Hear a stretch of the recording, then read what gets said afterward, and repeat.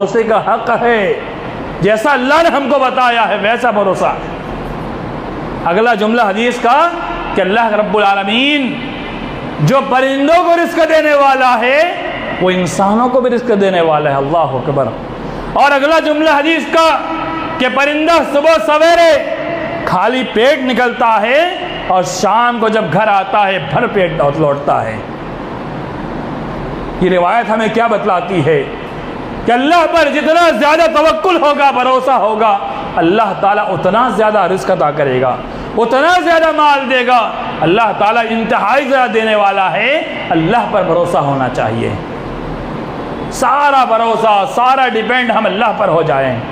لیکن شرط کیا ہے؟ پرندے کی مثال دی ہے کہ پرندہ گھونسلے میں بیٹھ کر اسے رزق نہیں ملتا، وہ صبح سویرے نکلتا ہے۔ اور آج ہم مسلمانوں کی صبح 10-11 بجے ہوتی ہے، اور پرندے کی صبح کب ہوتی ہے؟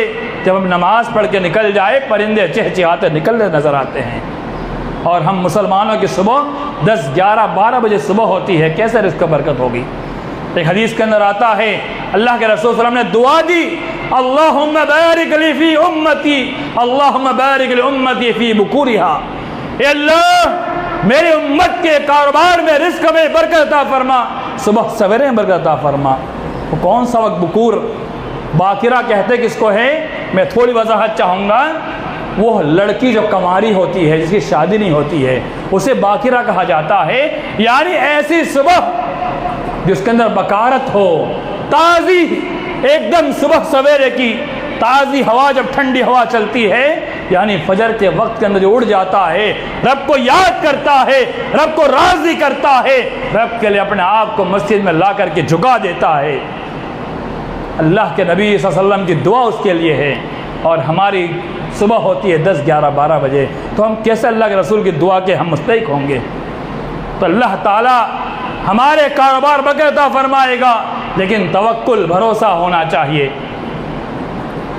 جیسے پرندے صبح سویرے نکلتے ہیں، ہمیں بھی نکلنا ہوگا، جستجو کرنی ہوگی، کوشش کرنی ہوگی، اللہ ضرور عطا کرے گا۔ اور ایک چیز، نماز رزق میں برکت کا سب سے بڑا ذریعہ ہے، اور ساری پریشانیوں کا حل نماز کے اندر ہے۔ یا ایھا الذین آمنوا استعینوا بالصبر والصلاۃ، اے ایمان والو صبر کے ذریعے سے اور نماز کے ذریعے سے تم تمام پریشانیوں سے اللہ رب العالمین مدد طلب کرو۔ یعنی پریشانیوں کا حل نماز کے اندر ہے۔ جب کبھی اللہ کے رسول صلی اللہ علیہ وسلم پریشان ہوا کرتے تھے، کہتے یا بلال اذان دو، اذان دو۔ اس کے بعد اللہ